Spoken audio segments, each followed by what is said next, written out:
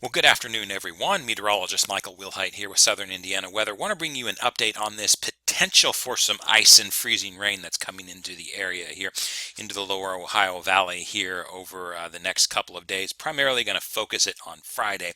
The good news is I don't see this as a significant event, but it could cause some problems. No, we don't have this nailed down completely yet, but this will at least give you the general idea, and hopefully by tomorrow we'll be able to get a little bit more specific on the areas that have the greatest threat. First off, a good deal of rain coming our way still this week as we take a look at the GFS here. You can see just wave after wave of rain, but then here's what the GFS does for Friday.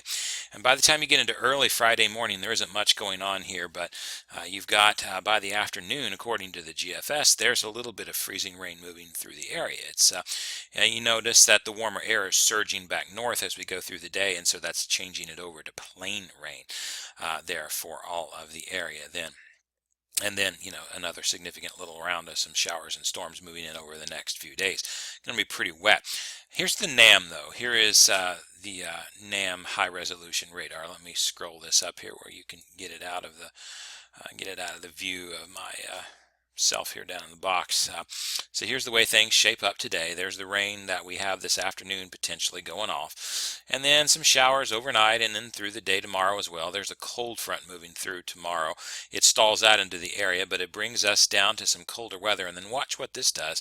As you get into the wee hours of early Friday morning here, you've got some freezing rain beginning to develop. So you got sleet over here in purple, and you got freezing rain back here in red. And this would show a little bit of light freezing rain concerns for the Evansville metro area here, but especially more towards southern Illinois and back into Missouri would be where you end up getting the biggest problems with this. And then as we continue to put this into motion, you see that freezing rain begins to spread a little bit here over into southern Indiana, but eventually it's warmed up enough that it changes over to just plain rain.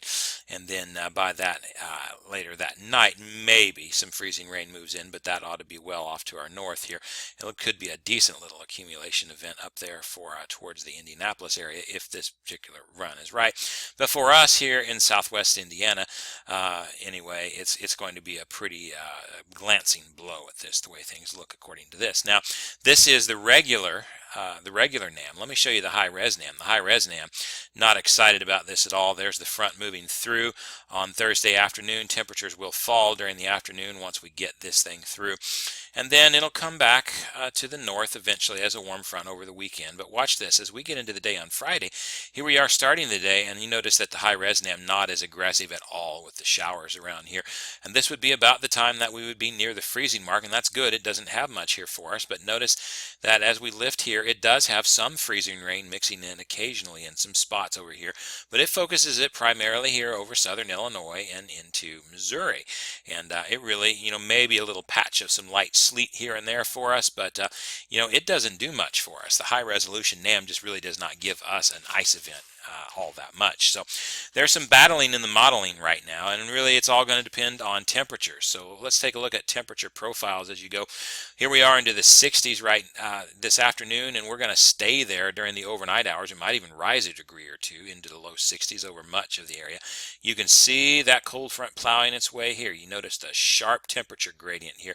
And so as you head throughout your day tomorrow during the afternoon, the cold front passes, and then by the time we head overnight, and it's going to, you wake up on Friday morning, much of the area below freezing. This has 32 degrees on the dot there in Evansville, 29 in Vincennes, 33 over in Louisville, and 26 as far north there as Indy. So you can see a pretty decent little temperature gradient over this, but there's still 34 in Owensboro. So Kentucky, I have a feeling, would not get any of these icing concerns at all. Main concerns, if we're going to have any of the icing concerns here, let me just sort of draw maybe on the map where we were expecting. The main icing concerns would be sort of in here if there were going to be any of those concerns from the way things look to me right now. So we might include right along the Ohio River if this temperature profile is wrong right in here. But I think by and large, though, that the strongest chance areas are really going to be more like this. In the red, going to have a better, stronger chance for it. Everything down in the black could have at least a little bit of a chance there. But again, it just depends. Do we get down to that magic freezing mark at all? Well, let me show you what the data suggests. So here is the NAM. You notice the NAM is pretty aggressive with a reasonably heavy icing event here over the Boot Hill of Missouri into southern Illinois, and decent up around Indianapolis and into Ohio as well. Very minor here for most of southern Indiana. This would put about a quarter of an inch up around Columbus, only a tenth of an inch at the Louisville airport, about 2/10 of an inch there at Evansville Regional Airport. So this is not a huge ice event by any means, and these numbers could be inflated. Keep in mind, the NAM was more aggressive. Remember the high-res NAM that wasn't as aggressive? Here's what it shows. Absolutely no ice really here. Maybe just some light freezing drizzle in patches for us, but the big ice event, again, here over the Boot Hill of Missouri and, down in here and into southern Illinois, that's the bigger area here for the freezing rain event. So the high-res NAM, let's vote for that one. That's what my hope is on, because we just don't need any freezing rain. But that's not the only models around. The GFS does have a pretty decent event here over Missouri and into southern Illinois as well. Fairly minor as you warm up here into Indiana, and along the counties along the Ohio River completely miss out. And also here the Canadian model taking that as well. So again, the focus on this looks to be the heaviest over Missouri and into southern Illinois. Here over southern Indiana and as far north as the Indianapolis, we may get a light glaze with this, but the good news is that temperatures will warm up just a little bit. The problem is they're not going to warm up very far. If we go back to the temperatures here, as we go throughout the day on Thursday, notice that we warm up by the afternoon to maybe 33, 34, 36 up in the area, so we're not warming up a tremendous amount over the daytime. So that's going to be the problem. But the good news is, if our freezing is right at 32 degrees and we don't get a tremendous amount of precip and it's just really light freezing drizzle or some light, very, very light shower activity, it could be that the treatment even works on the roads, and this may be a more of an elevated surface kind of a thing, and that's a good thing. Again, if you're watching this from western Kentucky down here, you were probably going to miss out on this, but I do think that portions here over Missouri into Illinois, and especially a little bit north of us in Indiana, going to get it. Very questionable here along our river counties, along southern Indiana and north 2 or 3 counties. Very questionable whether we see much of anything at this point. It could really go either way right now. So you'll want to stay tuned to the forecast tomorrow, folks. I'm going to have an update on this tomorrow evening that will give you expected totals and where the placement's going to be and all that.